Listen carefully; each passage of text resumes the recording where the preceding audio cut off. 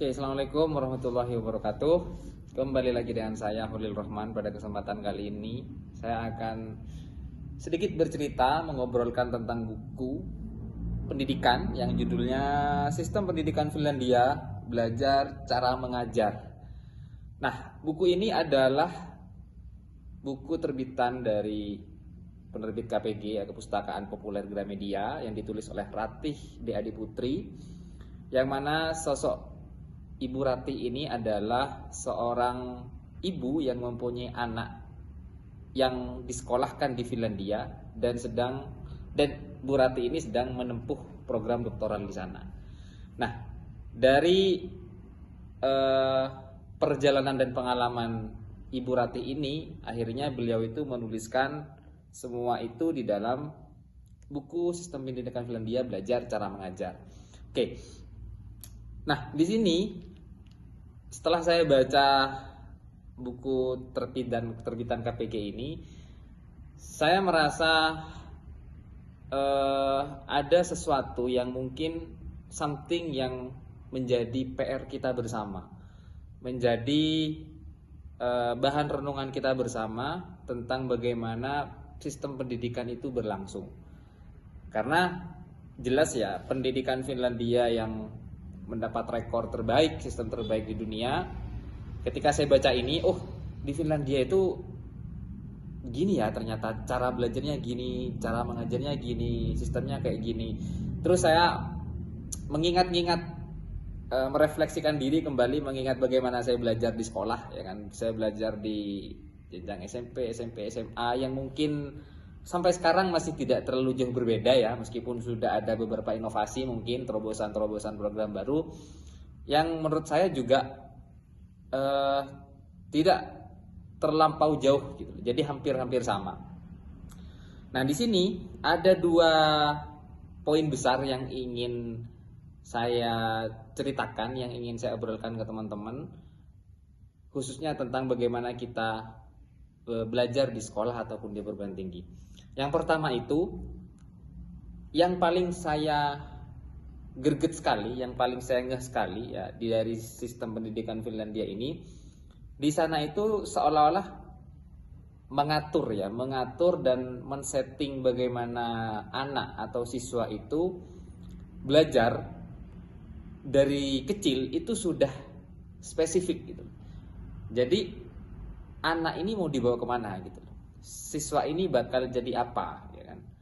Karena nggak mungkin dari beragam siswa itu, banyaknya siswa itu mereka akan jadi profesor semua, menjadi ahli hukum semua, kan nggak mungkin ya. Jadi identifikasi siswa itu sudah dilakukan Finlandia sejak kecil seperti itu, sehingga ketika sudah berhasil diidentifikasi, maka guru, orang tua, sekolah akan lebih paham bagaimana mengatur, membawa anak itu mencapai tujuannya gitu.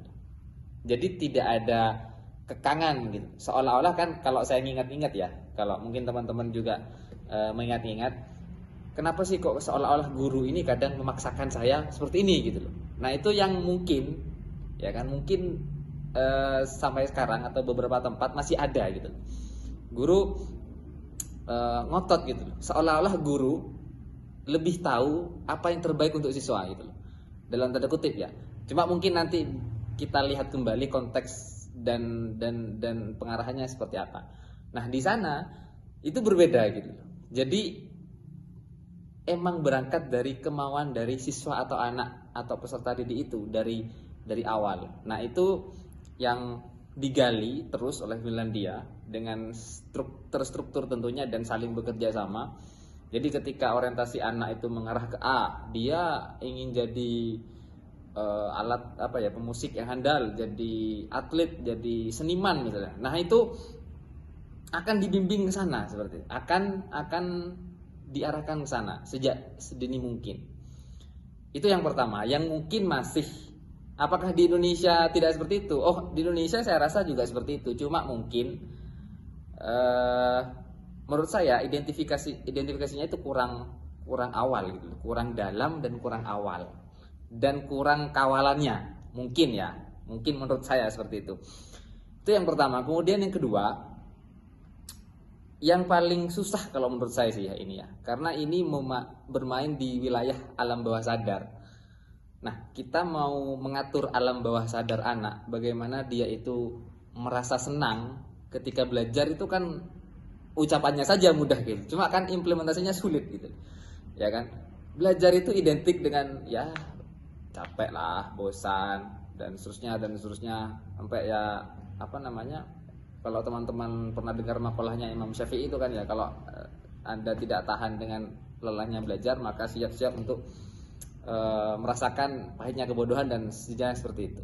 Jadi itu kan menggambarkan, oh belajar itu kok kayak nggak asik gitu, nggak menyenangkan. Nah itu yang saya dapat, yang saya simpulkan dari pendidikan kita selama ini. Berbeda dengan pendidikan di Finlandia yang membuat belajar itu asik gitu loh. Jadi nggak keren loh kalau nggak belajar, nah gitu loh.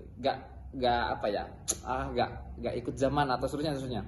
Buktinya apa? Buktinya di sini ini juga dijelaskan bahwa ya fasilitas itu bisa masuk ke tengah-tengah masyarakat lah, misalnya perpustakaan gitu ya. Jadi kalau perpustakaan di sana itu kan benar-benar ada kolaborasi antar sekolah, antar pemerintah dan masyarakat.